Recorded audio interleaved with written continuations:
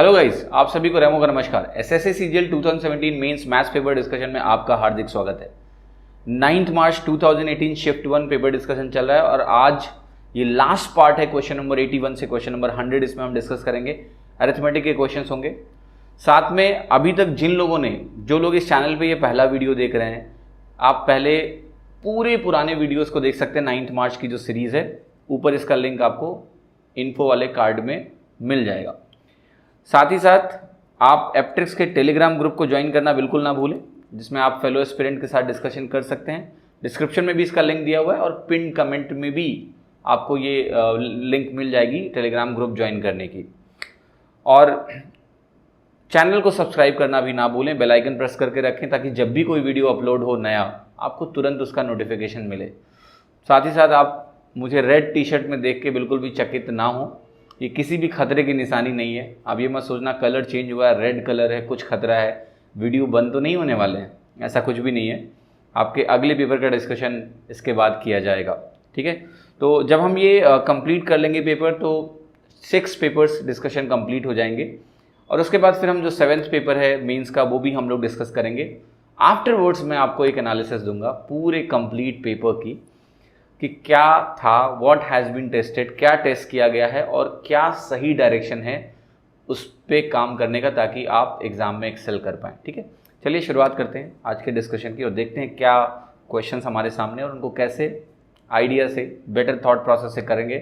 फॉर्मूले नहीं इस्तेमाल करेंगे, ये हम शपथ लेते हैं। चलिए आगे बढ़ते हैं। क्वेश्चन नंबर 81 कह रहा है कि average weight of x y z is 74 kg, average weight of x and y is 68 kg and y and z is given to be 78 kg। आपको बताना है then the weight of y is। देखिए इतना आसान सवाल है कि इसका आंसर मेंटली निकालना है और वो भी 70 निकालना है। मैं आपको प्रोसेस बताता हूँ अभी कि मेंटली मैंने कैसे किया। हिंदी में पहले एक बार सवाल को पढ़ता हूँ कि x, y और z का जो औसत वजन है वो 74 किलोग्राम है। अगर x और y का औसत वजन 68 किलोग्राम हो और y और z का औसत वजन 78 किलोग्राम हो, तो y का वजन किलोग्राम में क्या है। देखिए पहली बात तो मैं ये बताता हूँ कि ये वो सवाल हैं पेपर के जिसमें आपको किसी भी खास स्किल की ज़रूरत नहीं होती है। बहुत ही स्टैंडर्ड सवाल है और बहुत ही आसान सवाल है, लेकिन आपका जो भी यहाँ डिसाइडिंग फैक्टर होने वाला है इस क्वेश्चन में, वो होने वाला है कैलकुलेशन, ठीक है। कौन कितना जल्दी कैलकुलेट कर सकता है, तो वो चीज़ आपको मेंटली करने की आदत आपको डालनी पड़ेगी। मैं इन क्वेश्चंस को पढ़ते हुए ही, मैं कह रहा हूँ कि जब भी ये क्वेश्चन में पढ़ते वक्त ख़त्म करता हूँ, हार्डली मुझे कुछ और सेकंड्स लगते हैं, मे बी 2, मे बी 3, और मेरा आंसर आ चुका होता है। और कई बार तो पढ़ते पढ़ते ही हो जाता है, ठीक है।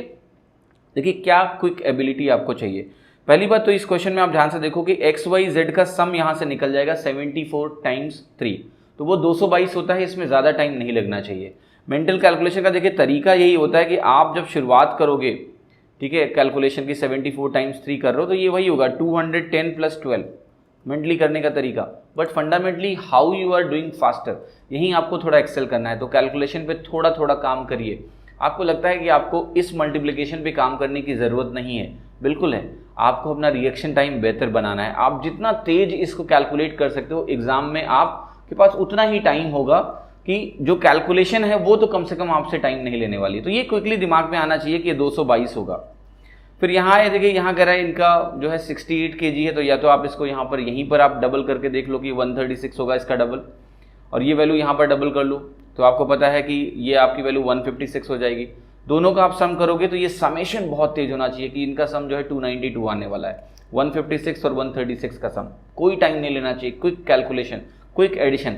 तो आपको अगर कहीं इंप्रूव करना है तो अपनी एडिशन स्किल को बेहतर करिए, मल्टीप्लिकेशन स्किल को बेहतर करिए। इसेंशली जो एडिशन स्किल्स होती हैं, जोड़ने की, अगर आपको तेज आपकी आदत बन गई तो मल्टीप्लिकेशन भी एक तरह का एडिशन ही होता है।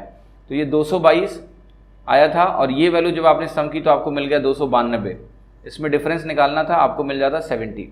क्यों मैंने डिफरेंस निकालना ये समझ लो आप, क्योंकि x + y + z जो है ना, अगर आप यहाँ से निकालते हो तो आपकी वैल्यू यहाँ पर आ गई 212।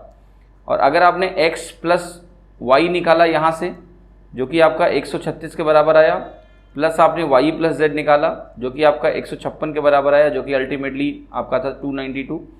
अब इन दोनों इक्वेशंस को अगर आप सब्ट्रैक्ट करोगे तो आपको क्या मिल जाएगा, आप देखो सब कुछ कैंसिल हो जाएगा, एक y यहाँ बच रहा है एक्स्ट्रा, तो y की वैल्यू आपकी कितनी हो गई, ये सब्ट्रैक्ट आप कर लो 70 आ गए। तो ये तो तरीका हुआ इस क्वेश्चन को करने का, इस तरह से डायरेक्टली। देखिए इसमें दूसरा तरीका भी लगा सकते थे आप, थोड़ा सा अगर एंट्री ऑफ एलिमेंट याद है जो मैंने एवरेजेस टॉपिक में कराया था, ठीक है, आपको कार्ड्स में ऊपर लिंक मिल जाएगी, आप देख लेना वो वीडियो लेसन भी, जिन्होंने नहीं देखा है एवरेज क्रैश कोर्स नहीं देखा है वो देख सकते हैं, ठीक है। एंट्री ऑफ एलिमेंट से भी ये क्वेश्चन हो जाते हैं, मैं दिखाता हूँ क्विकली। देखिए एवरेज कितना था 74, तीन लोगों का एवरेज 74 है, ये किसका एवरेज है, ये है x plus y plus z का मिला के। अब देखो यहाँ एक्स वाई मतलब दो एलिमेंट, वाई जेड यानी दो एलिमेंट, इसका एवरेज 68 है, इसका एवरेज 78 है। अब मुझे एक बात बताओ कि अगर मैं इनको कंबाइन कर दूं, एक्स वाई को मैं एक ग्रुप मान रहा हूं, वाई जेड को एक दूसरा ग्रुप मान रहा हूं, अगर आपको कंफ्यूजन हो रहा है तो इस वाई को थोड़ी देर के लिए वाई डैश लिख लो। तो एक्स वाई का एवरेज आपको 68 बोला गया है, वाई डैश जेड का एवरेज लेट से 78 बोला गया, इन दोनों को कंबाइन कर लो। कंबाइंड एवरेज क्या होगा, एक ग्रुप जिसमें दो एलिमेंट है उसका एवरेज 68 है, दूसरे ग्रुप जिसमें दो एलिमेंट है उसका एवरेज 78 है, इनका जो कंबाइंड एवरेज होगा वो देखिए कितना होगा, मैं बता रहा हूँ आपको, ये इन दोनों का एवरेज होगा, क्योंकि नंबर ऑफ एलिमेंट्स यहाँ भी दो हैं, नंबर ऑफ एलिमेंट्स यहाँ भी दो हैं, तो सिंपल एवरेज का केस बनता है मिलाने पे। तो 68 और 78 का एवरेज निकालोगे, गैप कितना है 10 का, 5 5 दे दो, 5 इससे इसमें एक्स्ट्रा आ जाएगा, 5 इससे कम हो जाएगा, यानी ये वैल्यू आपकी हो गई 73। अब देखो स्टोरी क्या है कि यहाँ से यहाँ तक चेंज क्या आ रहा है, एक जेड एक्स्ट्रा आ रहा है और एवरेज क्या हुआ 1 से गिर गया, एक जेड एक्स्ट्रा आया और एवरेज आपका 1 से कम हो गया। तो अब आप बताओ कि एक एलिमेंट के एंट्री होने से अगर एवरेज आपका एक कम हो जा रहा है तो इसका क्या मतलब है, इसका मतलब सिंपली ये है कि यहाँ पर तीन एलिमेंट थे, इन तीनों ने अपना एक एक दे दिया, इन तीनों ने अपना एक एक दे दिया, किसको, जेड को दे दिया, और फिर एंटायर ग्रुप का एवरेज कितना हो गया 73। इसका मतलब ये हुआ कि इन तीनों के पास तो 73 73 73 बचेगा, ठीक है, और चौथा ये जो z आएगा इसके पास ये तीन लेने के बाद, एक एक लेने के बाद इन तीनों से उसके पास भी 73 हो जाएगा, यानी ये क्या बना 70 प्लस 3, z के पास कितना था 70। तो अगर आप इसमें क्विक हैं तो ये भी आपको बहुत आसानी से उत्तर देगा, आप पढ़ के खत्म करोगे आंसर आ चुका होगा। दोनों स्किल्स मास्टर करिए, एक तो कैलकुलेशन को तो अवॉइड नहीं किया जा सकता है, वो तो फास्ट होना ही चाहिए, प्लस ये जो एंट्री वाली अप्रोच है ये भी आप कहीं ना कहीं समझने की पूरी कोशिश करिए। इवन सिंपलर केसेस में जब आप तैयारी कर रहे होते हैं तब अपने आप को लिमिट नहीं करना होता है, आपको हर डायमेंशन में सोचना होता है। जब आप मल्टी डायमेंशनली सोचने लगते हो धीरे धीरे आपको समझ में आने लगता है कि व्हाट इज़ बेटर। तो जब इस तरह की आप प्रिपरेशन करते हो ना, अब जैसे इसमें मैं कह रहा हूँ कि इसमें कोई हार्म नहीं है, इस तरीके में मैं नहीं कह रहा हूँ कोई हार्म है, बट इसका ये एप्लीकेशन भी सीखना ज़रूरी है, ठीक है, क्योंकि एंट्री ऑफ एलिमेंट कई जगहों पर बहुत फास्ट होता है, बहुत आसान होता है, ठीक है, क्योंकि इसमें आपको देखो कैलकुलेशन ज़्यादा नहीं होती है, यहाँ पर मल्टीप्लाई करना पड़ेगा, यहाँ पर ऐड करना पड़ेगा, यहाँ पर देखो आप छोटे छोटे नंबर से डील कर रहे हो, ये फ़ायदा होता है इसका। तो इसकी समझ भी ज़रूरी है। जिन लोगों ने ये डेविएशन अप्रोच और एंट्री ऑफ एलिमेंट की अप्रोच मेरी नहीं देखी है तो कार्ड्स में लिंक दिया हुआ, उसको आप यूज़ करके आप देख सकते हैं, ठीक है। आगे बढ़ते हैं। क्वेश्चन नंबर 82 कह रहा है कि of the 3 numbers whose average is 26, the first is 2/11 times the sum of other two।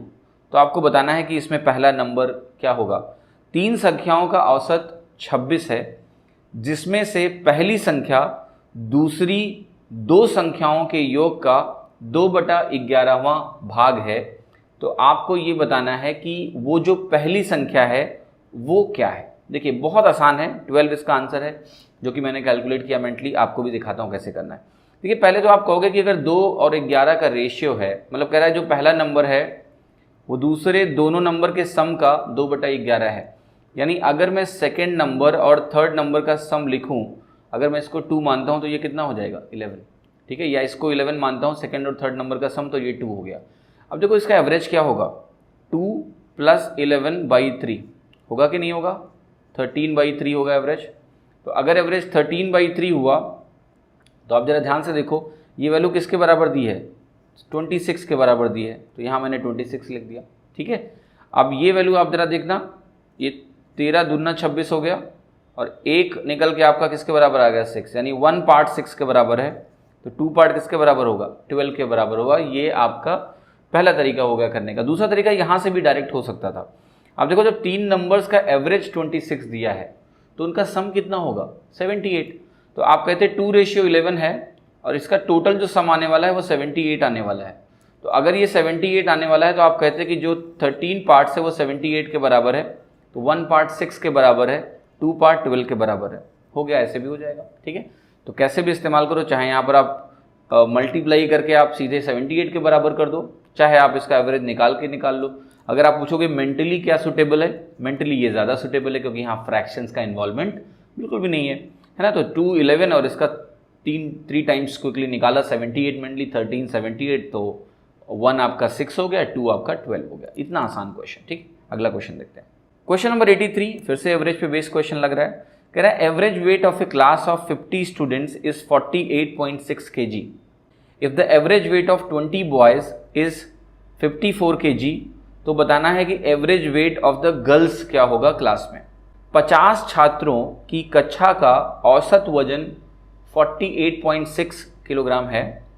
अगर 20 लड़कों का औसत वजन 54 किलोग्राम है तो बताना है कक्षा में स्थित लड़कियों का औसत वजन कितना होने वाला है। ठीक है, बहुत आसान सा सवाल है, आपको इसमें कहीं भी पैनिक होने की ज़रूरत नहीं है, ये क्वेश्चन आराम से निकलेगा। ठीक है, मैं समझाता हूँ कि ये कैसे होगा। देखिए पहली चीज़ तो ये है कि ये यहाँ उन्होंने बोल दिया कि ये 48.6 आपको दिया हुआ है, मैं लिख रहा हूँ 48.6, और ये आपका टोटल एवरेज है, ध्यान रखिएगा पूरी क्लास का एवरेज है। साथ में आपको क्या दिया गया कि जो 20 बॉयज़ हैं उनका एवरेज वेट आपको दे दिया गया कि 54 kg है, और जो बाकी 30 गर्ल्स होंगी उनका एवरेज आपको क्या दिया हुआ है मालूम ही नहीं है, एक्स लिख देता हूँ थोड़ी देर के लिए। लेकिन साथ में एक चीज़ और मालूम है, वो मालूम है रेशियो। किस चीज़ का रेशियो? क्लास में स्टूडेंट्स का रेशियो।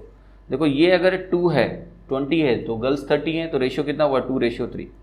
मैंने ऐसा लिखा है, आपको पता है मैंने स्ट्रेट एलिगेशन लगाने का मन बना लिया है, और उसका कारण क्या है कि देखिए स्ट्रेट एलिगेशन जब भी कभी वेरिएबल ये होता है या फिर मिडिल वैल्यू होती है तो स्ट्रेट एलिगेशन फास्टर होता है। ठीक है, एलिगेशन का लिंक आपको मिल जाएगा ऊपर कार्ड्स में, उसको आप देख लें अगर जिन्होंने नहीं देखा है कि स्ट्रेट एलिगेशन क्या होता है।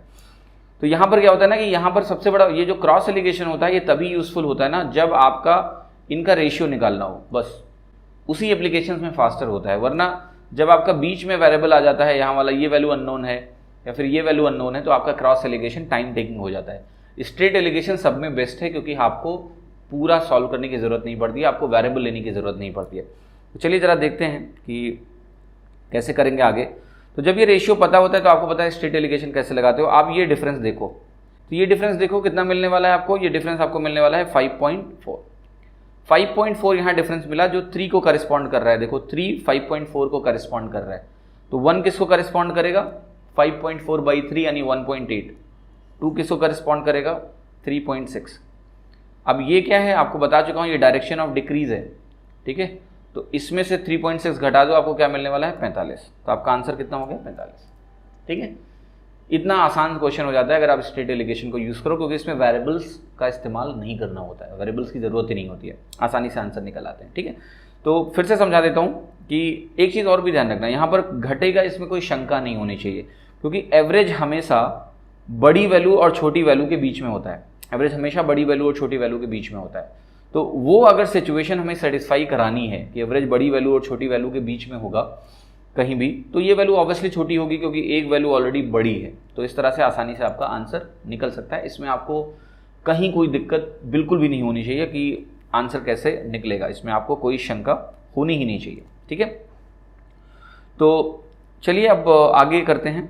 ठीक है, अगला क्वेश्चन सॉल्व करने की कोशिश करते हैं। ये बहुत स्ट्रेट एलिगेशन से आसान क्वेश्चन था, इसमें कोई चैलेंज नहीं था। इवन आप चाहते तो ऑप्शन चेकिंग भी अप्लाई कर सकते थे, उसमें कहीं कोई तकलीफ नहीं होना चाहिए। मैं आपको तरीका उसका भी बता देता हूँ कि ऑप्शन चेकिंग भी क्यों इतना आसान है, यहाँ मुश्किल नहीं है। देखो ध्यान से, पहली बात तो अगर आपको याद हो तो मैंने आपको कुछ समझाया था कि जो एवरेज होता है ना उसकी एक शिफ्टिंग प्रॉपर्टी बताई थी मैंने आपको। नेचर ऑफ द एवरेज आपको तुरंत मालूम चल जाएगा। ये ध्यान से देखो, आपको दिया है 48.6, साथ में ये वैल्यू आपको दी हुई है 54 दी हुई है ना, ये वैल्यू आपको दी हुई है 54 दी हुई है। अब जरा एक बात ध्यान से देखो कि जो रेशियो दिया है वो 2:3 दिया हुआ है, मतलब इसका वेट कम है, इसका वेट ज़्यादा है, तो जो भी एवरेज होगा वो उसकी तरफ ज़्यादा शिफ्टेड होने वाला है। तो मतलब ये हुआ कि अगर ये डिफरेंस 5.4 है तो ये वाला जो डिफरेंस है ना, ये 5.4 से कम होने वाला है। 5.4 से ये जो डिफरेंस है वो डेफिनेटली कम होना चाहिए, क्योंकि एवरेज डेफिनेटली इसकी तरफ शिफ्टेड आने वाला है, क्योंकि इसका वेट रेशियो इसके कंपैरिजन में कम है, तो इसकी तरफ शिफ्टेड आने वाला है। अब इसकी तरफ शिफ्टेड आने वाला है तो ये वैल्यू 5.4 से कम होना चाहिए। अब आप अगर यहाँ पर 5.4 माइनस करो तो आपको क्या मिलेगा, 43.2, यानी ये जो वैल्यू है ये 43.2 से बड़ी होनी चाहिए, क्योंकि जब 5.4 माइनस किया, यानी मैं मिडिल वैल्यू की बात कर रहा हूँ, 43.2 आ रहा है, तो अगर ये 43.2 होगा तो 1:1 आएगा, लेकिन मुझे पता है कि ये इससे बड़ा होगा तब ये इसके ज़्यादा पास होगा, तो आंसर 43.2 से बड़ा होगा। और ये थोड़ा सोचते अगर आप मेंटली, तो ये दो ऑप्शन तो ऐसे ही रिजेक्ट हो जाते हैं। अब अगर दो ऑप्शन रिजेक्ट हो गए तो दो ही ऑप्शन बचे, तो एक 45 बचा, एक 46 बचा। किसी भी एक ऑप्शन के चेक कर लो, पता चल जाएगा कौन सा सही आंसर है। जब दो ही ऑप्शन बचे हैं तो अगर आप कोई भी ऑप्शन उठा के चेक करोगे तो या तो वो सही होगा या तो वो गलत होगा। अगर वो सही होगा तो वही सही उत्तर होगा, अगर वो सही नहीं होगा तो अगला सही होगा। जब दो ही चॉइसेस हैं भाई, एक कॉइन को ऐसे हमने टॉस किया है ना, टॉस किया तो पता है कि हेड आया है तो टेल नहीं आया है, और टेल आया तो हेड नहीं आया, राइट। तो वही जब दो ही चॉइसेस हमारे पास बची तो फिर क्या ही है, गलत को भी पकड़ेंगे तो भी सही पता चल जाएगा। 100% एक्यूरेसी इन ऑप्शन एलिमिनेशन, एक ही ऑप्शन चेक करना पड़ेगा। तो ये जो एबिलिटी है ऑप्शन एलिमिनेशन की ना, वो जितना आप वाइड कर सकते हो करो, ठीक है। कुछ कमेंट्स मैंने पढ़े, उन्होंने लिखा कि उल्लू बना रहे हो, ऑप्शन एलिमिनेशन ऐसे नहीं होता है, आंसर तो बहुत करीब आते हैं। देखिए, ये सिर्फ मैं आपको कहूँगा कि आपको अभी ठीक से ऑप्शन एलिमिनेट करना आता ही नहीं है। जब आप ठीक से ऑप्शन एलिमिनेट करना आने लगेगा ना, तो आपको इस एबिलिटी पे डाउट नहीं रहेगा कभी भी, ठीक है। ये थोड़े ना कि आपको कुछ आता ही नहीं है, बस सिर्फ ऑप्शन ही एलिमिनेट करना हम जानते हैं। हमारे पास बहुत तरीके के क्वेश्चंस को करने के, ठीक है। सवाल ये है कि ऑप्शन एलिमिनेशन एक बहुत ज़रूरी चीज़ है, क्योंकि ये कई क्वेश्चंस को बिल्कुल खोखला बना देती है। तो कहीं जैसे यहाँ पर तीनों ऑप्शन रिजेक्ट नहीं हुए ना, पार्शियल एलिमिनेशन हुआ। अगर पार्शियल एलिमिनेशन भी आपने दो ऑप्शंस का कर लिया और आपने दो ही ऑप्शन बचे, फिर क्या बचा क्वेश्चन में? आप एक ऑप्शन चेक करो, अगला आंसर मिला। तो ऑप्शन एलिमिनेशन का मतलब ये नहीं होता कि हर बार तीन ऑप्शन एलिमिनेट हो जाए। इवन अगर आप दो एलिमिनेट कर पा रहे हो, आप एक ऑप्शन भी एलिमिनेट कर पा रहे हो, आप करना शुरू तो करो। एक टाइम ऐसा आएगा जब ये आपकी इतनी बड़ी स्किल होगी ना कि कोई भी ऑप्शन आपकी नज़रों से बच नहीं पाएगा। मेरी नज़रों से कुछ बचता ही नहीं है। मेरी नज़र क्वेश्चन पढ़ने के तुरंत बाद अपने आप ऑप्शन पे जाती है, और जो वाहियात ऑप्शन होते हैं उनको मैं आसानी से रिजेक्ट कर सकता हूँ। कई बार क्वेश्चन इतने आसान होते हैं कि मुझे ऑप्शन तक जाने की ज़रूरत ही नहीं पड़ती है, ठीक है। कई क्वेश्चन ऐसे होते हैं जहाँ मैं ऑप्शन एलिमिनेशन नहीं भी लगाता हूँ। तो डिपेंडिंग ऑन आपके जो आपके पास अस्त्र होना चाहिए ना, कई सारे होने चाहिए। एक ही अस्त्र लेके चले जाओगे क्या कि ऑप्शन एलिमिनेशन लेके चले गए बस, या बस ट्रेडिशनल तरीका लेके चले गए बस? नहीं, ऐसा नहीं है ना। मैं आपको ऑप्शन एलिमिनेशन के लिए ही नहीं ट्रेन कर रहा हूँ, मैं आपको स्मार्ट थिंकिंग के लिए चेंज कर रहा हूँ। और वो स्मार्ट थिंकिंग केवल ऑप्शन एलिमिनेशन नहीं, मैं आपको बहुत सारे एलिमेंट बता रहा हूँ। ये स्ट्रेट एलिगेशन क्या है? ये उसी स्मार्ट अप्रोच का एक उदाहरण है। ये क्या सिखा रहा हूँ मैं आपको? शिफ्टिंग ऑफ एवरेजेस, ये भी उसी का उदाहरण है। ये किस किताब में मिलेगा आपको? किसी किताब में नहीं मिलेगा। कोई नहीं सिखाता शिफ्टिंग ऑफ्टिंग एवरेज का, ठीक है। धीरे धीरे करके सब लोग अपग्रेड करेंगे जब वो भी हमारे वीडियोस को देखेंगे, ठीक है। तो लेकिन आप बहुत ही चीज़ों को अच्छे से एनालाइज करिए। इतना जल्दी एक होता क्या ना कि आपने एक वीडियो देखा, आप उसमें आप जब मुझे क्वेश्चन को बहुत जल्दी जल्दी करते हुए देखते हो ना, तो आपको एक सदमा लगता है। वो सदमा लगता है कि इतना जल्दी चीज़ें इतनी आसान नहीं। भाई, जो चीज़ आपको अभी तक इतनी कठिन लगती हुई आई, अभी एक वीडियो देख के अगर आपको वो इतना आसान लगने लगता है, तो मैं बिल्कुल आपकी भावनाओं की कद्र करता हूँ और समझ सकता हूँ कि वो सदमा आप बर्दाश्त नहीं कर पा रहे हैं। आप फिर इसी को गलत प्रूफ करने में लग जाते हैं कि नहीं नहीं, ऐसे थोड़े ना एग्जाम में हो जाएगा। पर ये जो इग्नोरेंस है, ये जो काली पट्टी है आंखों के सामने ना, उसको हटा दो।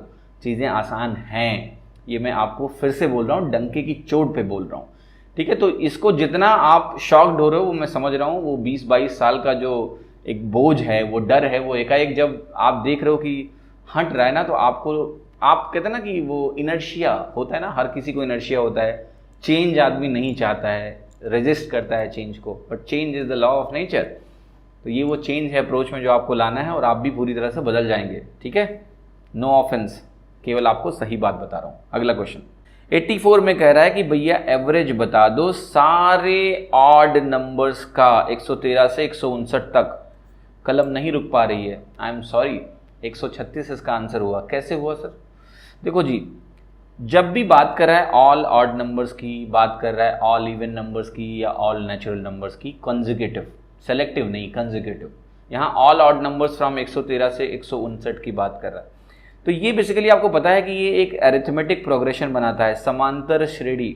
समांतर श्रेणी, समांतर श्रेणी क्या होता है आपको पता ही है कि किसी भी दो कंसेक्यूटिव नंबर्स का जो डिफरेंस होता है वो बराबर होता है, उसको समांतर श्रेणी बोलते हैं, राइट। जब भी आपके पास कोई कंसेक्यूटिव नंबर्स की सीरीज़ है, चाहे वो नेचुरल नंबर हैं या फिर आपके इवन नंबर हैं या फिर ऑड नंबर हैं, तो उनका मैं आपको बता चुका हूँ जो एवरेज होता है, जब भी कोई अरिथमेटिक प्रोग्रेशन होती है उसका एवरेज अगर आपको निकालना है तो वो first term plus last term by 2 होता है और कुछ नहीं होता है।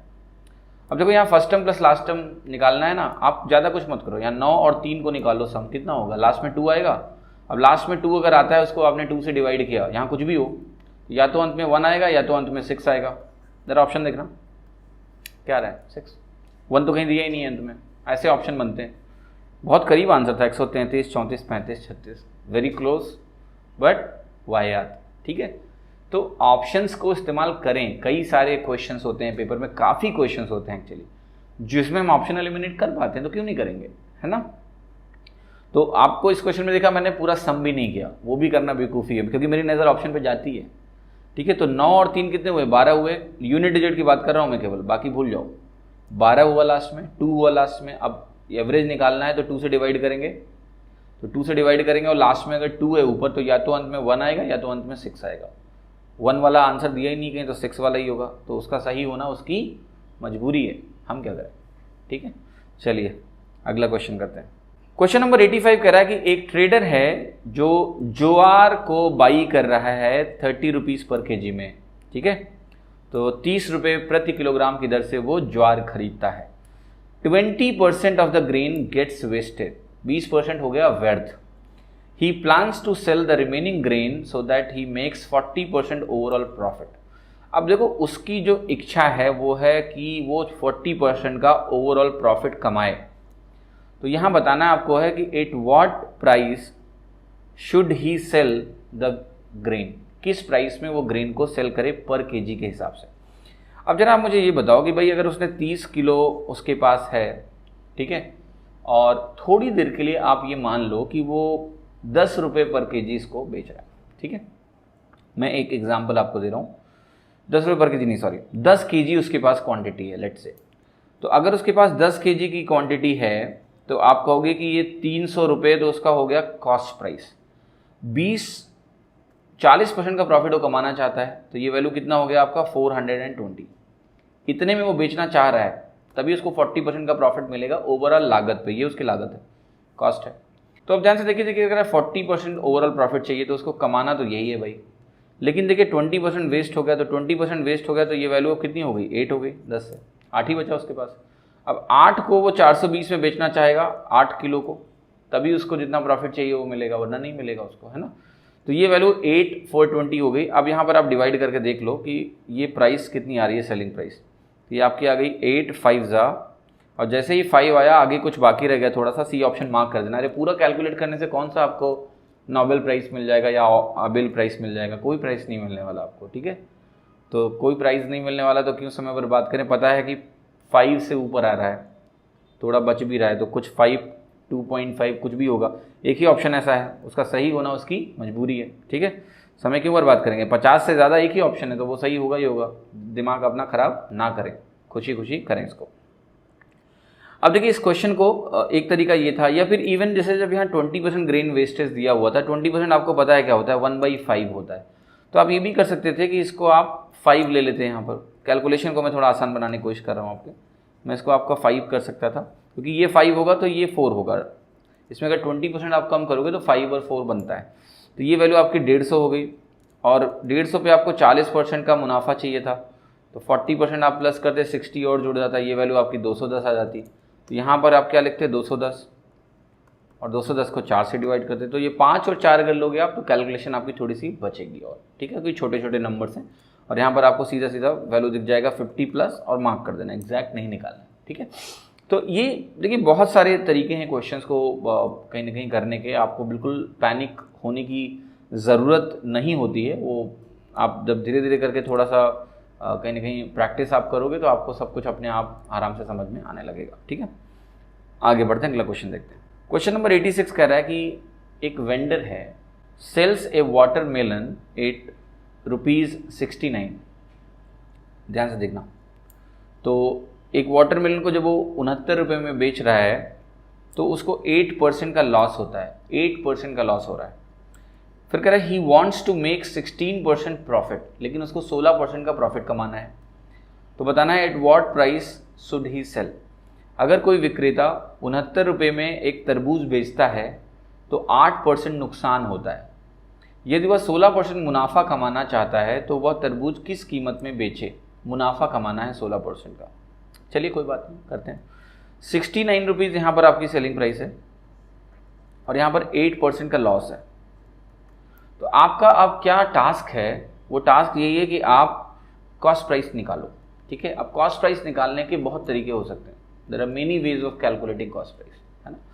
सवाल ये है कि जल्दी कैसे निकालें। तो एक तो तरीका ये है कि आप ऐसे इस्तेमाल करोगे, मैंने आपको मल्टीप्लाइंग फैक्टर पढ़ाया है, ठीक है, परसेंटेजेस में।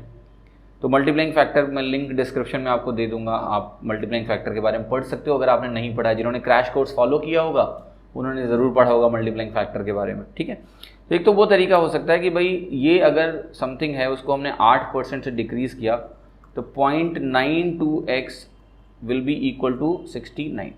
ठीक है, तो ये ऐसे करके आपको लिखना है कि ये अगर x मान लिया हमने तो 0.92x, क्योंकि मल्टीप्लाइंग फैक्टर यहाँ 0.92 आएगा। अब हमें x की वैल्यू निकालनी है, तो देखिए बहुत आसान है। x की वैल्यू कितनी आएगी आपकी? 75 आ गई। कैसे इतना जल्दी मुझे समझ में आया? देखिए 3 से डिवाइड करोगे तो ये आपका कितना बनेगा? आप जरा ध्यान से 23 से डिवाइड करोगे आप तो आपको मिलेगा 3 यहाँ पर, 23 से यहाँ डिवाइड करोगे तो आपको मिलेगा 0.04। ठीक है, तो वो अल्टीमेटली आपका बनेगा सीधे सीधे 300/4 जो कि हो गया 75। अब मुझे ये वैल्यू कितनी आ गई? 75 आपको मिलते हुए दिख रही है, राइट, 75 आ गई। अब देखिए यहाँ से मुझे ये पता लगाना है कि जो है कितने प्राइस में ये बेचे कि इसको 16% का मुनाफा हो। ठीक है, अब ध्यान से देखना यहाँ पर कि यहीं जो है समय की बर्बादी करने के लिए लोग इतना आतुर रहते हैं कि पूछिए मत। वो कैसे समय की बर्बादी करते हैं? देखिए वो 16% निकालेंगे। ठीक, अब 16% निकालेंगे 75 का, तो फिर से करेंगे 16% of 75।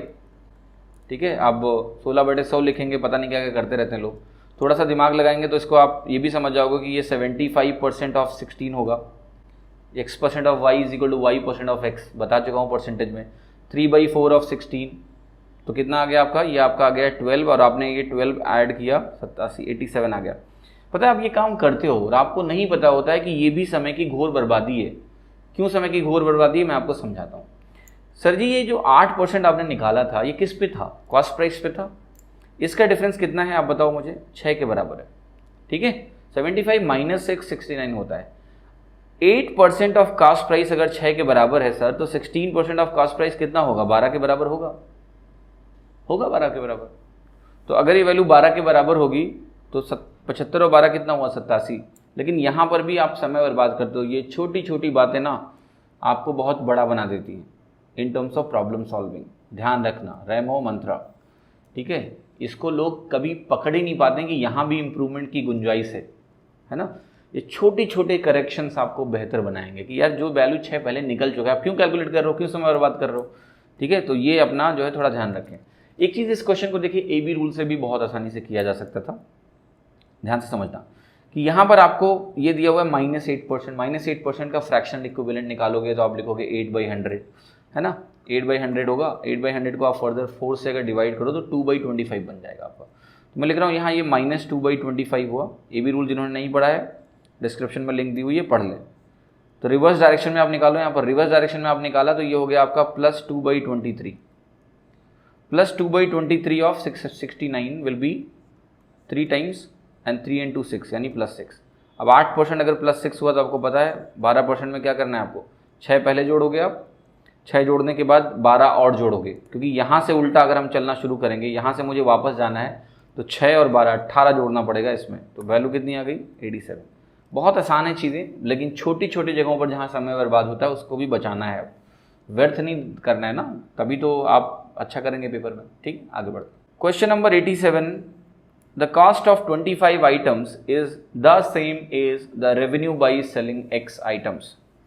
Find x if the profit made in the transaction is 25%। देखा देखा आंसर लग रहा है कि 20 आंसर है। कैसे भाई, कितना जल्दी? ज़रा आप मुझे ये बताओ कि जो 25 आइटम है इनकी कॉस्ट कह रहा है, जो 25 आइटम है इनकी कॉस्ट जो है वो सेम है एक्स आइटम के रेवेन्यू के, ठीक है। और जहाँ कह रहा है कि प्रॉफिट कितना मिला है, 25% का प्रॉफिट मिला है। तो आप ज़रा मुझे ये बताओ कि अगर इस वैल्यू को मैंने 25 लिखा और जो रेवेन्यू है, जिस रेवेन्यू की ये बात कर रहा है, मैं इसको अगर लिख रहा हूँ 4, ठीक है, 25 × 4 में मान लेता हूँ कि इसकी कॉस्ट है, जहाँ 4 जो है प्राइस हो गई एक आइटम की, और ये वैल्यू फिर मैं लिख रहा हूँ कि ये 25% एक्स्ट्रा। आपको पता है 4 पे 25% रेट बढ़ा दो, कितना हो गया, 5 हो गया, 4 आपका 5 हो गया, तो ये वैल्यू कितनी हो जाएगी, 20, क्योंकि दोनों आपस में बराबर है ना, 100 होना चाहिए, तो ये 20 हो गया, तो आंसर क्या हो गया, 20। बहुत सारे तरीके आते होंगे आपको इस क्वेश्चन को करने के, पर इससे आसान क्या ही हो सकता है, बताओ मुझे। प्राइस बराबर करनी थी ना, तो 25 आर्टिकल का मैंने चार्ट मान लिया प्राइस है, 4 इसीलिए माना क्योंकि यहाँ पर 1/4 आता है परसेंटेज में, तो ये 4 होगा, तो यहाँ प्राइस कितनी हो जाएगी, सेलिंग प्राइस 5, क्योंकि 25% प्रॉफिट दिया हुआ है, तो ये 5 हुआ तो ये 20 होगा, क्योंकि ये दोनों बराबर है, तो यहाँ 25 थे, यहाँ 20 है, हो गया आंसर। और भी बहुत सारे तरीके हैं इस क्वेश्चन को करने का, प्रॉफिट एंड लॉस के भी कठिन तरीके हैं, लेकिन क्या करोगे आप लगा के, ऐसे ओरली कॉमन सेंस का इस्तेमाल करके आपसे क्वेश्चन हो जाएगा। क्वेश्चन नंबर 88 पढ़ते हैं, क्या कह रहा है, कह रहा है an item is sold for 7130 making a 15% profit, what is the cost price in rupees of this item. एक मद 7130 रुपये में बेचा जाता है जिससे 15% लाभ होता है, इस मद का लागत मूल्य रुपये में क्या है, और 4 ऑप्शन दिए हैं, और इन ऑप्शन को देखते हुए मैं अपने आप को रोक नहीं पा रहा हूँ कि इसका आंसर 6200 है, ठीक है। कैसे मैंने इतना जल्दी किया, जरा मैं समझाता हूँ। देखिए पहली बात तो ये कि 15% प्रॉफिट हो रहा है, तो या तो आप मल्टीप्लाइंग फैक्टर यूज करके डिवाइड करके निकाल लो, सवाल में कोई दम नहीं है, सवाल कह रहा है ये कॉस्ट प्राइस है, ये सेलिंग प्राइस है, मैंने आपको बेसिक जो परसेंटेज के स्ट्रक्चर पढ़ाए थे उसी का सवाल है। ये 15% है और ये वैल्यू क्या है आपकी 7130 है। परसेंटेज मैंने आपको 3 स्ट्रक्चर पढ़ाए थे और मैंने कहा था इन्हीं का बार बार इस्तेमाल होकर सवाल बनते हैं। तो यहाँ पर देखो ये पहले वाली वैल्यू अननोन है, ये दोनों दिए हुए हैं, निकल जाएंगे, ए बी रूल से भी निकल जाएगा, ये क्वेश्चन मल्टीप्लाइंग फैक्टर से भी निकल जाएगा। पर देखिए जब 15% है तो 15% का स्टैंडर्ड फ्रैक्शन मैंने आपको याद रखने को नहीं बोला है, आपको याद हो मैंने 10 पढ़ाया, 15% का जो स्टैंडर्ड फ्रैक्शन होता है, क्योंकि एग्जैक्टली 15% किसी का स्टैंडर्ड फ्रैक्शन नहीं आता है, उसके लिए हमें फिर 3/20 करना पड़ेगा, ठीक है, 1/4 1/5 इस तरह का कुछ फ्रैक्शन मुझे दिख नहीं रहा है। तो यहाँ पर देखिए ऑप्शन का इस्तेमाल भी मैंने अभी कैसे किया, इसको क्विकली मैंने ऑप्शन का इस्तेमाल किया। कैसे किया, देखिए 6000 मुझे दिख रहा है साफ साफ नहीं है, क्यों नहीं है, क्योंकि 6000 में ये 7130 लगभग 1200 का चेंज है, लगभग 1200 का चेंज लगभग 20% के आसपास होगा, 15% नहीं होगा, गलत हो गया, नहीं हो सकता है।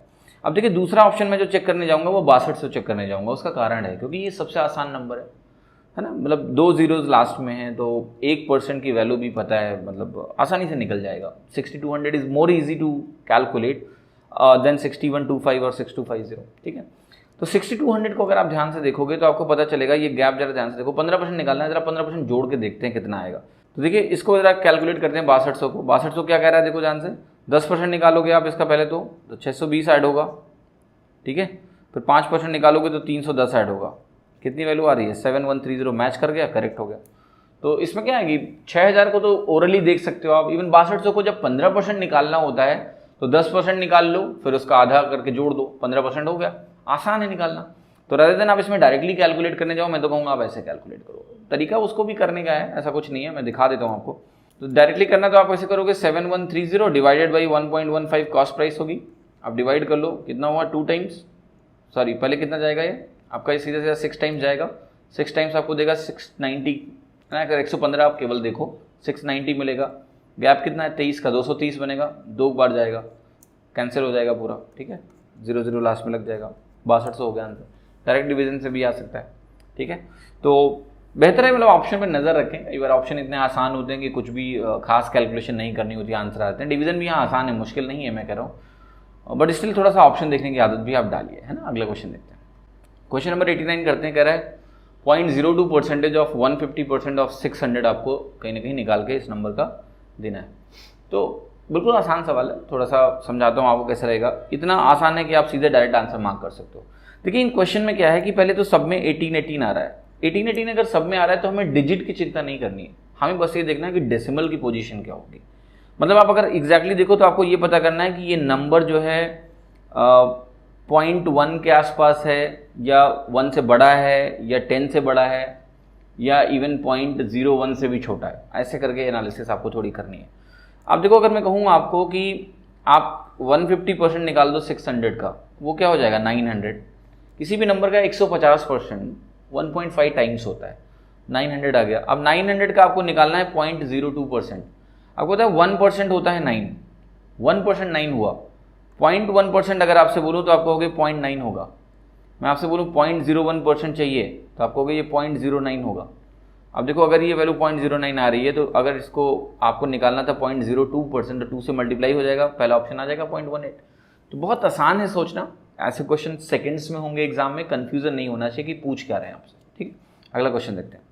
क्वेश्चन नंबर 90 कह रहा है कि when A number is increased by 40 it becomes 125% of itself. तो नंबर क्या है? जब किसी संख्या को 40 से बढ़ाया जाता है तो वह स्वयं की 125% हो जाती है। वह संख्या क्या है? 160। भाई आपने नंबर को 40 से बढ़ाया, यानी इंक्रीज कितना हुआ 40 का, और ये नंबर 100% से कितना हो गया 125%, यानी ये इंक्रीज 25% के भी बराबर है। तो 25% अगर 40 के बराबर है तो 100% किसके बराबर होगा? 160। हो गया आंसर। नंबर कितना हो गया? 160। बहुत आसान क्वेश्चन था। अगला क्वेश्चन देखते हैं। क्वेश्चन नंबर 91 कह रहा है कि एक एग्जाम में 300 मार्क्स का जो टोटल एग्जाम है उसमें एक स्टूडेंट को 75 मार्क्स मिलते हैं, right? He gets 75 marks. If she had score 6 more marks she would have attend passing percentage. What is the passing percentage? सीधे आंसर लगाना है सर, ठीक है? समझाता हूँ, उसके पहले मैं हिंदी में समझाता हूँ क्वेश्चन। कि 300 अंकों की एक परीक्षा में एक छात्र को 75 अंक मिले। अगर उसने 6 और अंक पाए होते तो वह उत्तीर्ण होने योग्य प्रतिशत प्राप्त कर लेता है। उत्तीर्ण होने योग्य प्रतिशत क्या है? देखिए आप जरा, जब 300 नंबर है टोटल तो इसका 1% किसके बराबर हुआ? 3 के बराबर हुआ। 1% इज इक्वल टू 3। मुझे परसेंटेज में और एब्सोल्यूट नंबर में कन्वर्जन पता लग गया कि 3 को हटा के हम 1% लिख सकते हैं। जब यहाँ 75 है तो ये कितना परसेंट हुआ? 25%। आप किससे डिवाइड करो? 3 से। 25% बन गया, क्योंकि 1% 3 के बराबर है। फिर यहाँ 6 दिया हुआ है, 6 किसके बराबर होगा? 2% के। दोनों को जोड़ दो सर, क्या मिल गया? Passing percentage 27%। अब यहाँ ये मत कर लेने लग जाना सर कि आप ऐसे लिखोगे कि 81 लिखोगे फिर 300 से डिवाइड करोगे। आने को तो उससे भी आ जाएगा, बट थोड़ा सा इस नज़रिए से जब आप सोचते हो तो कुछ ऐसे सवाल होते हैं जो इस तरीके से करने मुश्किल होते हैं। मतलब उसमें टाइम कन्वर्ट होता है, टाइम ज़्यादा लगता है। मेंटली ऐसी चीज़ें होती हैं। अभी 25 और 2% जोड़ दिए 27% आ गया। सिंपल सा एक डिवीजन करने के बजाय हम सिंपल सा एडिशन कर रहे हैं, ठीक है? तो ऐसे सोचोगे तो क्वेश्चन जहाँ पढ़ना खत्म करोगे वहीं आंसर आ चुका होगा, ठीक है? तो ऐसे आप आसानी से करिए क्वेश्चन को। अगला क्वेश्चन देखते हैं। क्वेश्चन नंबर 92 क्या कह रहा है कि एक आदमी की एनुअल इनकम, ठीक है, एक व्यक्ति की वार्षिक आय 2 लाख रुपए से बढ़ी है। A man's annual income has increase by 2 lakh but the tax on income that he has to pay has reduce from 20% to 16%। तो कह रहे हैं आय तो देखो 2 लाख से बढ़ गई है, लेकिन जो टैक्स था, टैक्स का रेट था वो 20% से अब 16% हो गया है। तो फिर कह रहा है he now pays the same amount of tax as before. जितना वो पहले टैक्स पे कर रहा था अभी भी वो उतना ही टैक्स पे कर रहा है। ये इन्होंने मुझे एक्स्ट्रा इन्फॉर्मेशन यहाँ पर प्रोवाइड कर दी। तो कहना है what is his increased income, ठीक है, कि बढ़ी हुई इनकम क्या है? 10। कैसे बताता हूँ मैं आपको। एक व्यक्ति की वार्षिक आय 2 लाख रुपए से बढ़ी है, लेकिन उस आय पर टैक्स जिसका उसे भुगतान करना है वो 20% से 16% तक कम हो गया है। तो आपको बताना है कि अब वह पहले की तरह ही कर का भुगतान करता है, उतना ही भुगतान करता है। तो बढ़ी हुई आय क्या है लाख में? देखिए इस नंबर को जब ये क्वेश्चन मैंने देखा एक्चुअली तो बहुत आसानी से इसलिए हो पाया क्योंकि आप जरा ध्यान से देखो कि जो टैक्स का रेट है वो 20% से 16% हो गया। आपको पता है परसेंटेज किसी भी नंबर का निकालते हो तो अल्टीमेटली वो एक प्रोडक्ट की तरह ही होता है। भाई अगर मैं कहूँ 20% ऑफ समथिंग निकाल दो x, तो वो अल्टीमेटली 20/100 इंटू एक्स ही तो करते हो ना आप, ठीक है? तो एक तरह से प्रोडक्ट ही होता है। अब अगर यहाँ भी परसेंटेज है, सपोज करो जिसके बराबर करो वो भी परसेंटेज में है, तो बात तो बराबर होगी ना, ठीक है? अब दोनों जगह वो बराबर टैक्स पे कर रहा है। तो एक तरह से अगर देखो इसका रेशियो में निकालने की कोशिश करूँ तो ये 5 हो गया, ये 4 हो गया कि नहीं हो गया? ये 5 हो गया और ये 4 हो गया, बिल्कुल।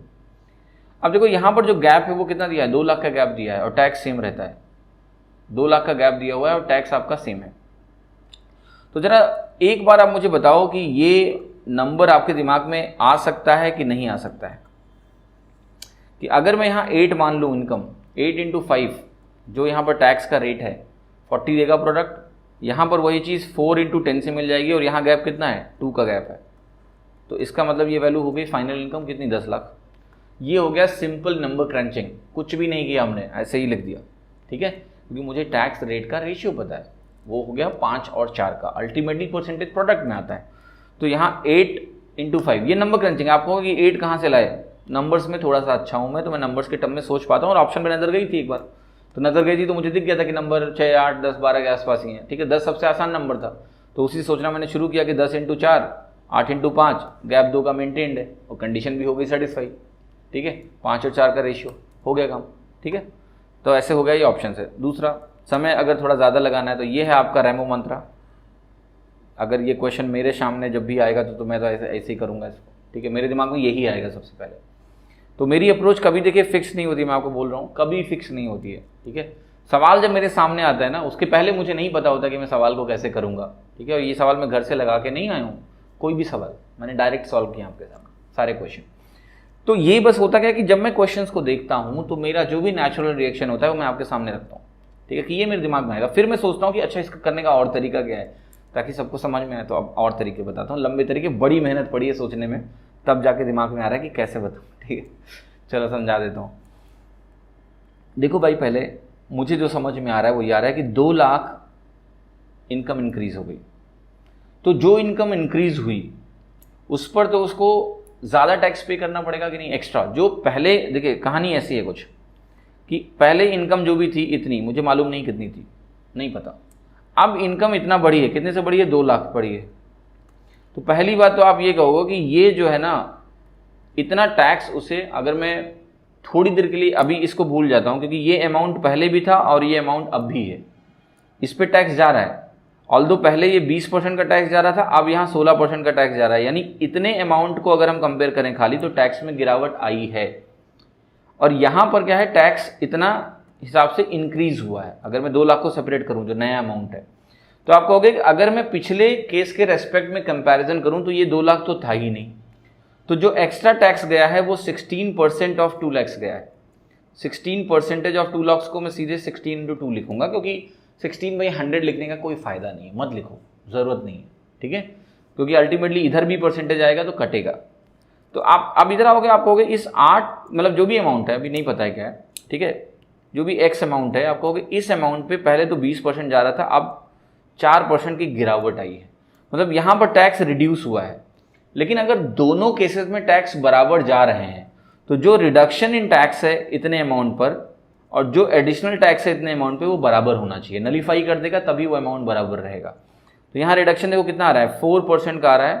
तो ये हो गया 4% ऑफ एक्स। मैंने कहा था परसेंटेज मत लिखना, भूल जाओ। यहाँ से एक्स की वैल्यू आपको निकल जाएगी, कितनी आ गई, 8 आ गई। तो ये 8 क्या हो गया, इनिशियल बिना बढ़ा हुआ अमाउंट 8 लाख, 2 जोड़ दो 10 लाख जो पूछ रहे हैं आपसे। तो ऐसे ही हो जाएगा। आप थोड़ा लॉजिक लगाओ, कोई कॉम्प्लेक्स इक्वेशन नहीं बनानी है। लोग लग जाते हैं इक्वेशन बनाने में कि मान लेते हैं इनिशियल अमाउंट एक्स है तो एक्स पे 20% लगा देंगे, फिर कहेंगे अब x + 2 हो गया, उस पर 16% निकाल जाएंगे। वो पहुंचेंगे अल्टीमेटली यहीं, समय की घोर बर्बादी करने के बाद। तो अगर आपको इस तरह से भी करना है, अगर आप डायरेक्टली ऐसे नहीं सोच पा रहे हैं, तो कम से कम थोड़ा समझदारी दिखाइए। डायरेक्ट फाइनल रिजल्ट आप लिख सकते हो, ना कि बीच में इक्वेशन का रूट अख्तियार करना कि जो बढ़ेगा और जो कम होगा वो बैलेंस करेगा, तभी तो बराबर रहेगा टैक्स, वरना टैक्स बढ़ घट नहीं जाएगा। उम्मीद करता हूँ समझ में आया होगा। अगला क्वेश्चन देखते हैं।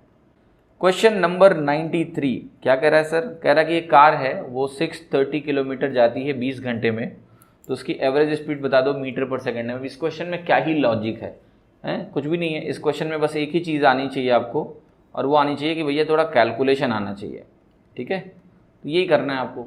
अब ये करने के लिए आपको जो सूटेबल लगे करो। इससे 63 को डिवाइड करो तो आपको मिल जाएगा 3.5, 54 + 9, यहाँ 3.5 आएगा, 2 से डिवाइड किया 1.75 × 5 आ गया, ठीक है। ये कितना हो गया आपका 8.75, राइट।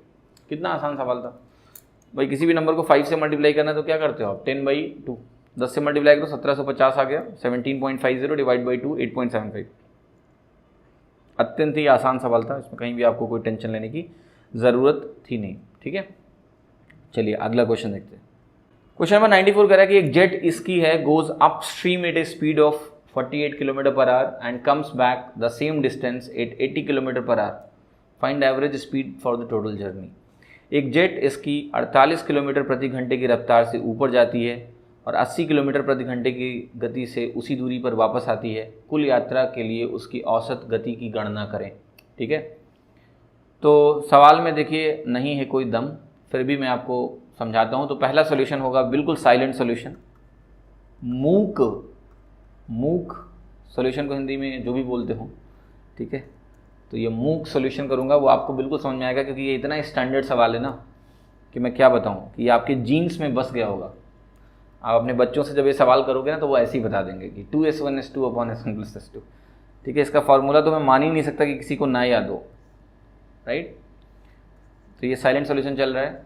मुझे पता है कि मैं बिल्कुल इस सॉल्यूशन में जो भी लिख रहा हूँ कुछ बोल नहीं रहा हूँ, पर इसकी धमक जो है ना इतनी तेज़ होगी कि आपके कानों में आपको लग रहा होगा कि मैं जो भी समझा रहा हूँ वो आपको समझ में आ रहा है। ठीक है, तो ये कुछ ऐसा करेंगे आप, ये आप करते ही आए होंगे, तो इसको आप यहाँ पर जोड़ सकते हैं। सॉरी मैंने बोल दिया है, तो मूक सॉल्यूशन था, बोलना ही नहीं है। ठीक है, तो इसके बाद आप इसको सिंप्लीफाई करें, है ना। तो साइलेंटली इसको करता हूँ मैं।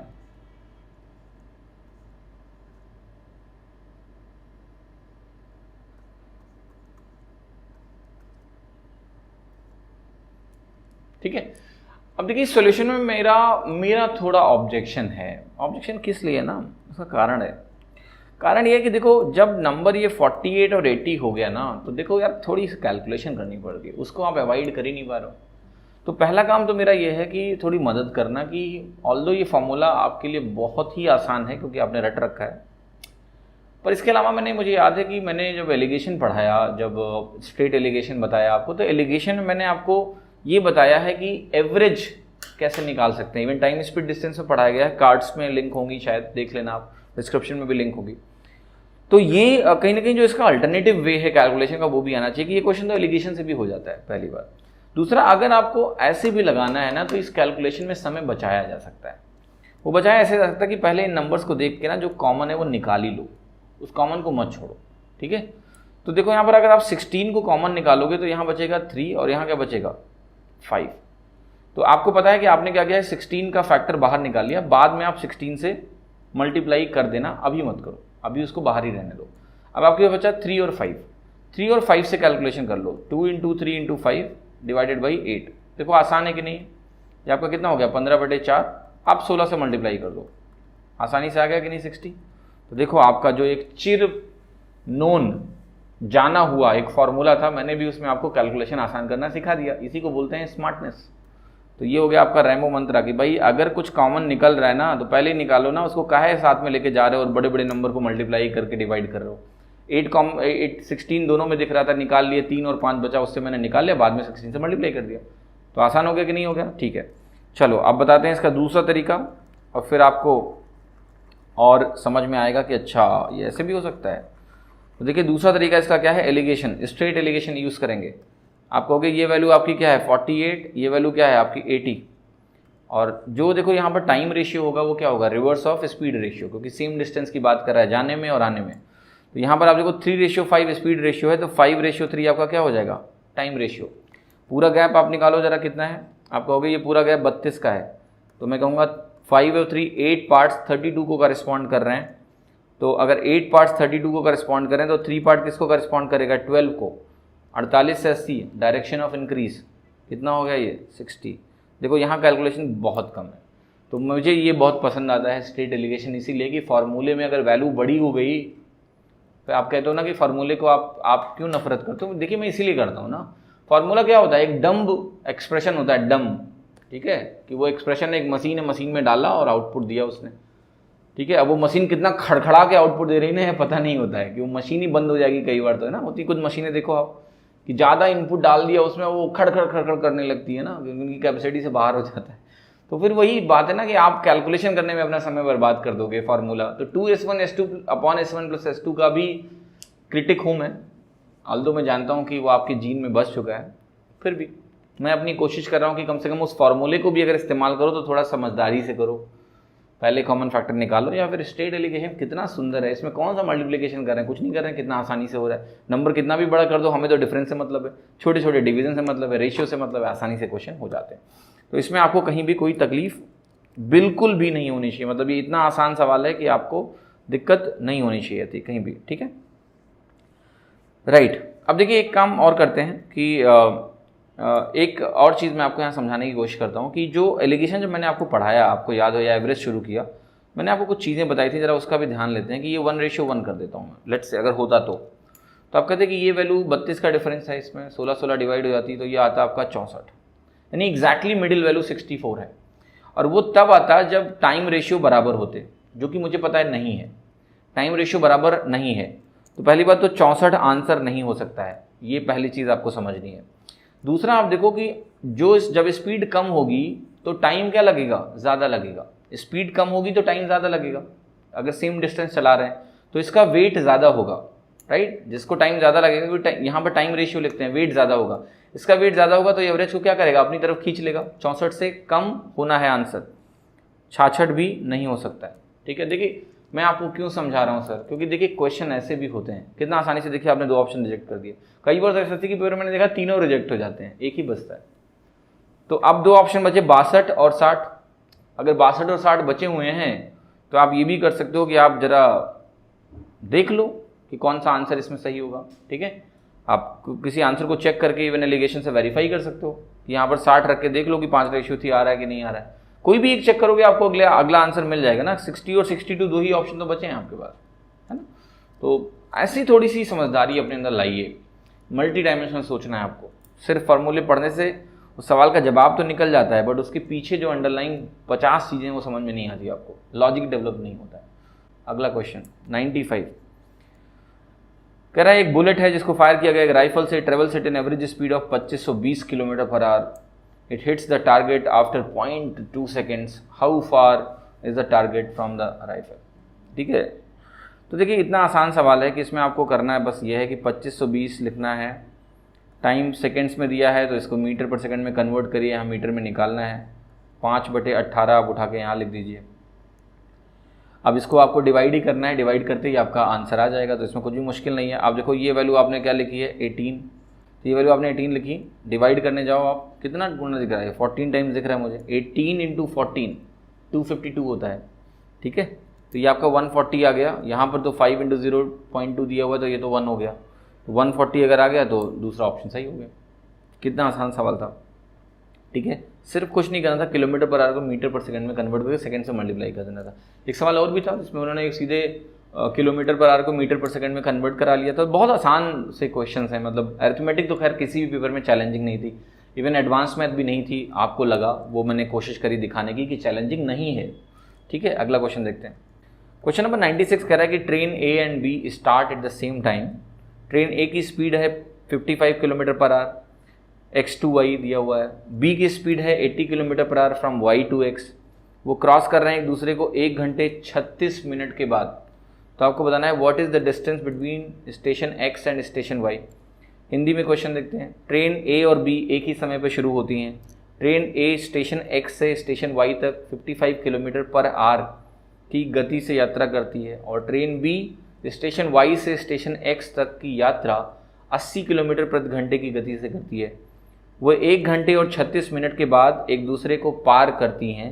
तो स्टेशन x और y के बीच दूरी किलोमीटर में क्या है? आपको पता है अपोजिट डायरेक्शन ऑफ ट्रेवल है।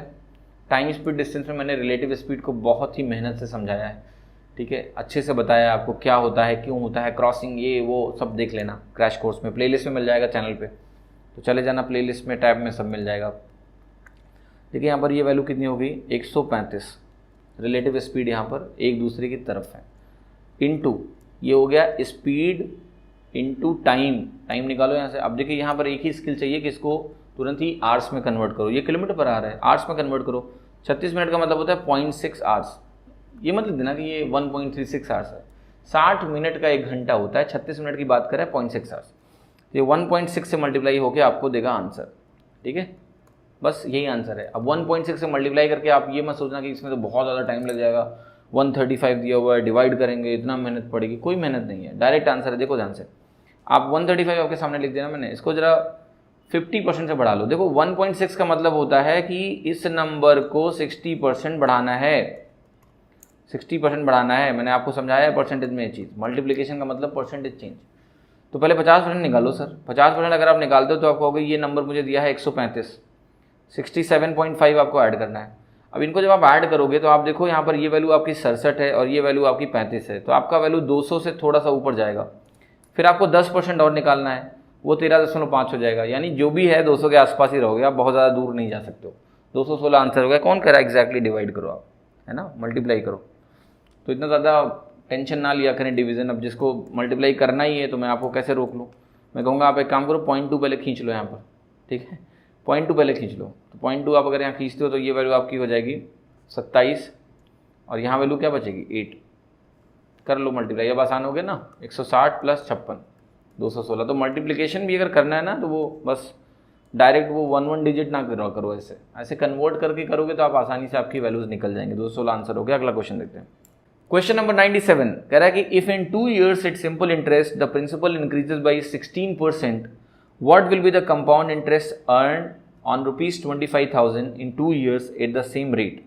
यदि 2 वर्षों में साधारण ब्याज की दर से मूलधन में 16% की वृद्धि होती है तो उसी दर से 2 वर्षों में 25,000 रुपये पर अर्जित चक्रवृद्धि ब्याज रुपये में क्या होगा।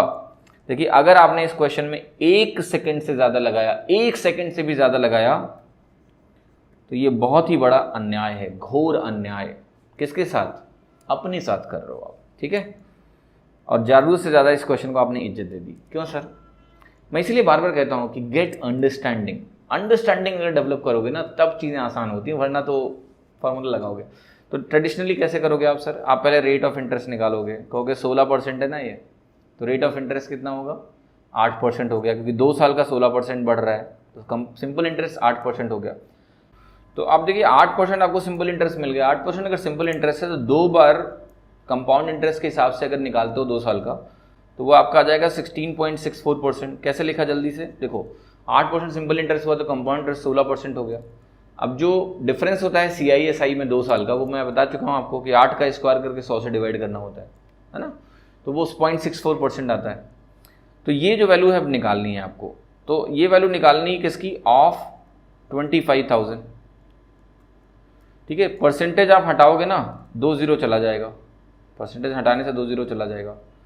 फिर अब मल्टीप्लाई कर लो आप, तो ये वैल्यू जो ना 250 जो है ना, ये 1000/4 होती है।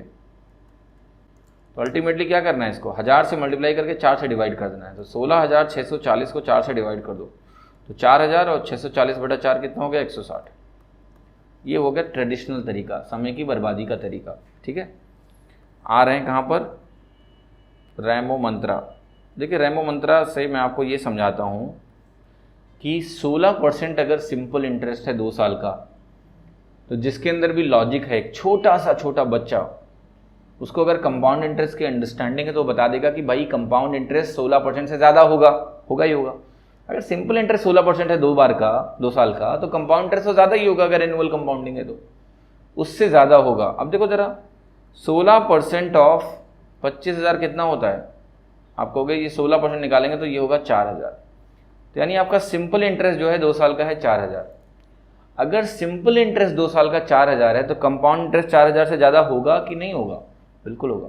कौन सा ऑप्शन सही है? चौथा ऑप्शन।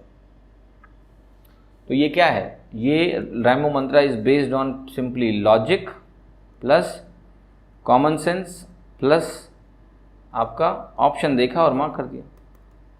अगर आप ट्रेडिशनली प्रैक्टिस कर करके सारे सवालों को मैथमेटिकली निकाल रहे हो, इसका मतलब ये नहीं है कि आप बहुत तेज हो। आपकी स्पीड अभी भी बहुत कम है, क्योंकि बहुत सारे ऐसे क्वेश्चंस हैं जहां पर सिर्फ सोच के आंसर लगाया जा सकता है, समय नहीं भी बर्बाद करना है। तो देखिए आप खुद ही देख लो कि इससे तेज क्या ही हो सकता है इस सवाल में। कौन सोच सकता है इससे तेज? नहीं, क्योंकि जनता तो ऐसे कर रही है, ठीक है। तो ये आप थोड़ा ध्यान रखिए कि जब ऑब्जेक्टिव पेपर को आप अप्रोच करते हो ना, तो आपकी अप्रोच सब्जेक्टिव नहीं होनी चाहिए। आपको बिल्कुल you have to kill the question. जैसे आपने देखा, जो हथियार लगा सही, उसी हथियार से बस शूट करके मार दिया तुरंत, ज़्यादा समय तक जीने नहीं देंगे। यहाँ पर आप क्या कर रहे हो, उसको तड़पा तड़पा के मार रहे हो। अब अगर आपको तड़पा तड़पा के मारने में मज़ा आता है तो आप ये फॉलो करो, बट अल्टीमेटली क्या होगा आपको पता है कि आपकी एफिशिएंसी कम हो जाएगी, है ना। काफ़ी खूनी बातें कर रहा हूँ मैं, माफ़ करिएगा। चलिए अगला क्वेश्चन देखते हैं। Question number 98। क्वेश्चन नंबर 98 क्या कह रहा है कि if compound interest received on a certain amount in the second year is ₹250, तो बताना है what will B compound interest for third year on the same amount at 12% rate of interest. ये भी वही सवाल है कि देखो और मार्क कर दो 280। हिंदी में पढ़ता हूँ, यह दूसरे वर्ष में एक निश्चित राशि पर चक्रवृद्धि ब्याज 250 रुपये है, तो तीसरे वर्ष के लिए उसी राशि पर 12% ब्याज दर से चक्रवृद्धि ब्याज कितना होगा। देखिए मैं आपको ये कंपाउंड इंटरेस्ट की थियरी में पढ़ा चुका हूँ, जो क्रैश कोर्स में, प्लेलिस्ट में जाके क्रैश कोर्स देख लेना आप, उसमें बता चुका हूँ आपको कि अगर आपको कंसेक्यूटिव ईयर्स का इंटरेस्ट निकालना है, देखिए ये मान लिया इंटरेस्ट है और ये भी इंटरेस्ट है उसके अगले साल का, तो इसमें सिर्फ एक ही रिलेशन होता है कि ये रेट परसेंट से एक्स्ट्रा होता है, ठीक है बस। तो यहाँ आपने दे दिया इसको 250, तो इस साल का इंटरेस्ट 12% ज़्यादा होगा। 12% आपको किसको निकालना है, 250 का निकालना है 12%। तो कैसे निकलेगा, आप कहोगे देखो अगर आपको 12% 250 का निकालना है तो आप 25% 120 का भी निकाल सकते हो। x% of y is equal to y% of x, 1/4 of 120 30 हो गया। तो यहाँ पर आपको 30 ऐड करना पड़ेगा, तो इस साल का इंटरेस्ट कितना हो गया 280। इतना आसान सवाल होते हैं अगर आप सही से उनको करो, ठीक है। लेकिन यहाँ पर आपको मैंने फ्लो समझाया है, CIE में इंटरेस्ट का फ्लो क्या है, अमाउंट का फ्लो क्या है। आप रटते हो फॉर्मूला तो आपको फॉर्मूलों की ज़रूरत पड़ती है, अगर आप फ्लो समझते हो कुछ नहीं रटना है, ये सिर्फ परसेंटेजेस है और कुछ भी नहीं है। क्वेश्चन नंबर 99 देखते हैं, कह रहा है what is the difference between the compound interest on ₹12,500 for 1 year it 8% per annum compounded yearly and half yearly. तो बहुत ही आसान सा सवाल है, आंसर आ गया 20। मेंटली सोच के कैसे भाई, हिंदी में पढ़ता हूँ सवाल कि 12,500 रुपये पर एक वर्ष के लिए 8% की दर से सालाना और छमाही गणना करने पर प्रति वर्ष चक्रवृद्धि ब्याज के बीच में क्या अंतर होगा, ठीक है। तो देखिए पहली बात तो एक तरफ कह रहे हैं कि 8% लगा दो, ये हो गया पूरा एक साल का, और एक बार 4% करके 2 बार हो जाएगा। अगर आपने हाफ ईयरली कंपाउंडिंग करी 4% हो गया। इसका जो सक्सेसिव परसेंटेज चेंज अगर आप निकालते हो 4 का, तो 8.16% हो जाएगा। 8% तो आपका पूरा साल का होता है, 1.16 और एक्स्ट्रा आ जाएगा क्योंकि कंपाउंडिंग हाफ ईयरली की गई। इनका डिफरेंस क्या है, 0.16% ऑफ 12500 जितने भी हो भूल जाओ। जब भी 125 है तो इसका 1/8 से लेना देना होता है। 12.5% क्या होता है 1/8। 1/8 से अगर लेना देना है कुछ, तो ये मुझे पता है कि मेरे सवाल जो भी होगा वो 2 तो आना ही आना है, उसके बाद 0 लगे हो सकते हैं। देखो जरा एक ही ऑप्शन ऐसा है, तीसरा ऑप्शन हो गया। इतने आसानी से आप क्वेश्चन पढ़ के लगा सकते हो, इस क्वेश्चन को लिखने की जरूरत नहीं थी, ऐसे ही हो जाएगा। तो क्वेश्चन नंबर 100 सेंचुरी वाला क्वेश्चन आ गया आखिरकार, ठीक है चलिए करते हैं। ये कह रहा है if the amount received at 8% per annum compound interest after 2 years is 72900, what was the principal in rupees. 2 वर्ष के बाद 8% चक्रवृद्धि ब्याज पर प्राप्त राशि 72,900 है, तो इसका मूलधन रुपये में क्या था। चौथा ऑप्शन कैसे किया, मैं आपको ना ये सवाल लगाना ना ही सिखाऊंगा, बल्कि मैं आपको ये भी बताऊंगा कि ये सवाल बनते कैसे हैं। तो जब आपको ये समझ में आ गया सवाल बनते कैसे हैं ना, फिर तो कुछ बचेगा नहीं सवाल में, फिर तो आप समझ ही जाओगे अगली बार से इनकी जो भी चालाकियाँ होंगी। देखो 8% का कह रहे हैं पर एनम इंटरेस्ट से 2 साल की बात कर रहे हैं, तो आप यहाँ लिख दो 72900 मत ही लगाओ, फर्क नहीं पड़ता, सारे ऑप्शन में 2 0 हैं वो भी हटा दो, ठीक है। तो अब देखो 729 फाइनल वैल्यू है, 8% का इंटरेस्ट लगाया गया 2 बार। अब 8% का जो इक्विवेलेंट होता है परसेंटेज, वो सोचिए जरा।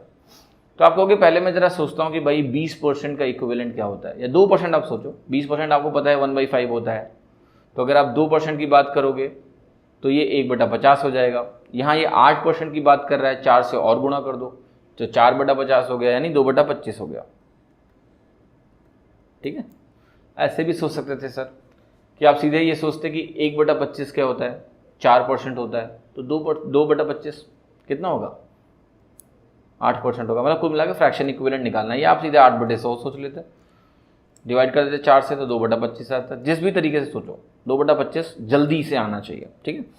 जब ये 2/25 आ गया तो इसके करस्पॉन्डिंग मल्टीप्लाइंग फैक्टर क्या है। अब देखिए 1.08 मल्टीप्लाइंग फैक्टर में नहीं लिखाना चाहता था, अननेसेसरी आप कॉम्प्लेक्स बना रहे हो डेसिमल को, क्योंकि 1.08 का होल स्क्वायर जब आप निकालोगे डेसिमल के बाद 4 प्लेसेस पे वैल्यूज आएंगी, उनको डिवाइड करना आपके लिए टाइम कंज्यूमिंग हो जाएगा, इसलिए इसको हम फ्रैक्शन में कन्वर्ट करेंगे। इसके करस्पॉन्डिंग जो मल्टीप्लाइंग फैक्टर आएगा आपका, ये आएगा 1 + 2/25। आप ध्यान से देखना, ये हो जाएगा 1 + 2/25 यानी 27/25। अब जरा देखो एक बार और 2 बार आप करो इसको, ठीक है, तो ये हो जाएगा 27/25, ये भी हो जाएगा 27/25 into x. X original value है, 27/25 इंटू 27/25, ये वैल्यू कितनी है 729। अब देखो ये 27 का स्क्वायर क्या होता है 729 ही होता है, कैंसिल हो गया। एक्स की वैल्यू कितनी आ गई 625। देख लो क्या करते हैं लोग, ऐसे ही सवाल बनते हैं। अगर आप इसको फ्रैक्शन में लिखोगे तो न्यूमरेटर में एक स्क्वायर बन जाएगा, डिनोमिनेटर में एक स्क्वायर बन जाएगा और आंसर आ जाएगा, ठीक है। तो थोड़ा सा अगर समझदारी अगर आ रही है ना तो अगली बार से आप आंसर डायरेक्ट भी लगा सकते हो। अगर ये आपने पैटर्न ऑब्जर्व किया कि ये नंबर एक परफेक्ट स्क्वायर लिखा हुआ है तो अगर ये नंबर परफेक्ट स्क्वायर है तो ये 27 का स्क्वायर है, ठीक है, 729। तो यहाँ भी एक स्क्वायर वाला टर्म ही होगा, क्योंकि जब मल्टीप्लाइंग फैक्टर को फ्रैक्शन में लिखते हैं तो समथिंग बाई समथिंग आता है। तो अगर समथिंग बाई समथिंग आता है तो वो ये तो कैंसिल हो गया एक, और जो बचा वो रह जाएगा। तो ऐसे क्विकली आप सोच सकते हो, बट फिर भी मैं कहूँगा ये भी स्टेप करके देख लो एक बार वेरीफाई, क्योंकि कई बार इसके मल्टीपल भी हो सकते हैं, ठीक है। यहाँ पर तो बहुत आसान था आइडेंटिफाई करना। तो एक्चुअल क्वेश्चंस में मे बी अगर वो थोड़ा मल्टीपल्स यूज़ करते हैं तो ये कितना टाइम लगेगा चेक करने में। एक बार मेंटली सोचना है 27/25, 27/25, 27 स्क्वायर कैंसिल, 25 स्क्वायर 625 हो गया, ठीक है। तो ये हो गए हमारे 100 क्वेश्चन पूरे। उम्मीद करता हूँ आपको बहुत मज़ा आया होगा, पसंद भी आया होगा। तो अब एक काम करिए, जिन लोगों ने टेलीग्राम ग्रुप ज्वाइन नहीं किया कर लीजिए, ताकि आप फेलो स्टूडेंट के साथ डिस्कशन भी कहीं ना कहीं कर पाएँ। इस पूरे पेपर का जजमेंट क्या है, इसको मैंने 8 पार्ट में ख़त्म किया। जजमेंट वही है, देखिए ये पेपर भी वैसा ही था। देखिए ऐसा नहीं है कि कई लोग बोल रहे हैं कि 9 मार्च का पेपर बहुत आसान था। देखिए हर कोई ये जस्टिफाई करना चाहता है कि मेरे दिन वाला पेपर कठिन था, ठीक है। तो ये एक रॉन्ग जस्टिफिकेशन है। बहुत ज़्यादा चेंजेस नहीं है अक्रॉस द पेपर्स। थोड़ा बहुत देखिए, जब भी किसी भी एग्जाम में व्हेन देयर आर 5, 6 सेट्स और 7 sets, it can not be of exactly same difficulty level, ठीक है। ऑल्दो एसएससी ने कोशिश करी है, मैं आपको बोल रहा हूँ कि पेपर को अगर ध्यान से देखा जाए तो दे हैव ट्राइड, क्योंकि मेंस का पेपर में सारे पेपर बैलेंस्ड रहें और वो दिखे हैं। जैसे डीआई में अगर आप देखोगे तो डीआई में उन्होंने सिमिलर टाइप की डीआई दी है, कैलकुलेशन थोड़ा बहुत ऊपर नीचे वो होता है।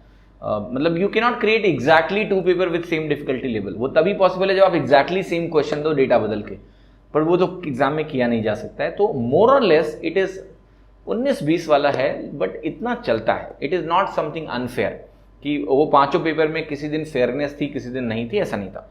Paper was balanced across the day. Definitely 9th March वालों को थोड़ा अडॉप्ट करने का टाइम जरूर मिला उन्हें, बिकॉज 21 को पेपर कैंसिल हुआ तो एक एक्सपीरियंस उन्होंने पेपर में लिया पहली बात, and then they got some time to get adjusted, right. तो वो एडवांटेज जरूर था 9th मार्च वालों को, because they have fair idea about what kind of questions came, and थोड़ा एडवांटेज जरूर था। बट स्टिल अगर आप पेपर्स की बात करोगे तो I do not agree with this point कि यहाँ हलवा पेपर आ गया, उस दिन वाला पेपर बहुत कठिन था। देखिए हर किसी को अपना पेपर मुश्किल लगता है, so that they can justify why they scored low marks. Don't take it negatively, take it positively, right. क्योंकि जब तक आप एक्सेप्ट नहीं करते हो ना, तब तक इंप्रूवमेंट की गुंजाइश नहीं होती है। बिल्कुल नहीं अच्छे नंबर आए कोई बात नहीं, जो भी फॉल्ट थी उसको करेक्ट करना है, वो एक्सेप्ट करिए आप।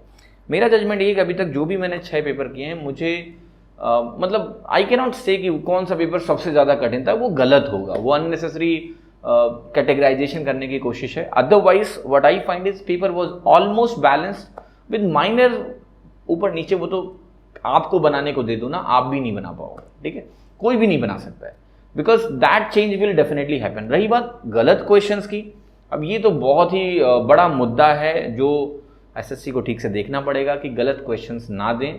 और क्योंकि वो एक्चुअली भले ही वो सबको नंबर दे रहे हैं, वो फेयरनेस खत्म हो जाती है, फेयरनेस इज ओवर। बिकॉज एक क्वेश्चन गलत हुआ तो किसने कितना टाइम उस क्वेश्चन पे लगाया उसके हिसाब से थोड़ा नंबर मिल रहा है। किसने कितना टाइम बर्बाद, किसी को लगाओ कि ये मेरा ट्रिग्नोमेट्री अच्छा है, मेरा ये सवाल होना चाहिए, उसने ट्राई किया, गलत आया, दोबारा ट्राई किया, हो सकता है उतने में एक सवाल और कर लेता। तो इनकी गलती का खामियाजा डिफरेंशियली लोग भुगत रहे हैं, डिफरेंशियली किसी को फायदा भी हो रहा होगा इसका, उन्होंने अटेम्प्ट ही नहीं किया, सवाल नंबर मिल गए, लेकिन किसी ने अटेम्प्ट करके समय बर्बाद किया और उसको नंबर नहीं मिले।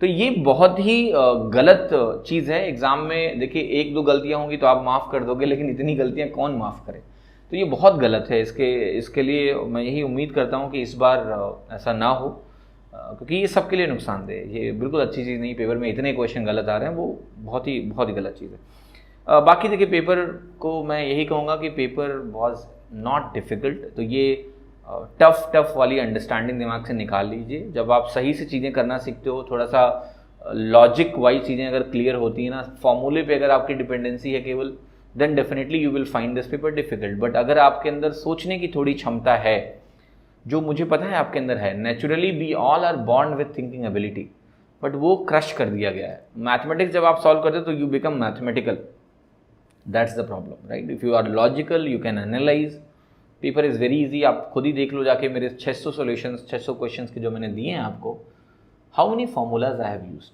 Then you will realise that you don't need more than, why I say formula free math.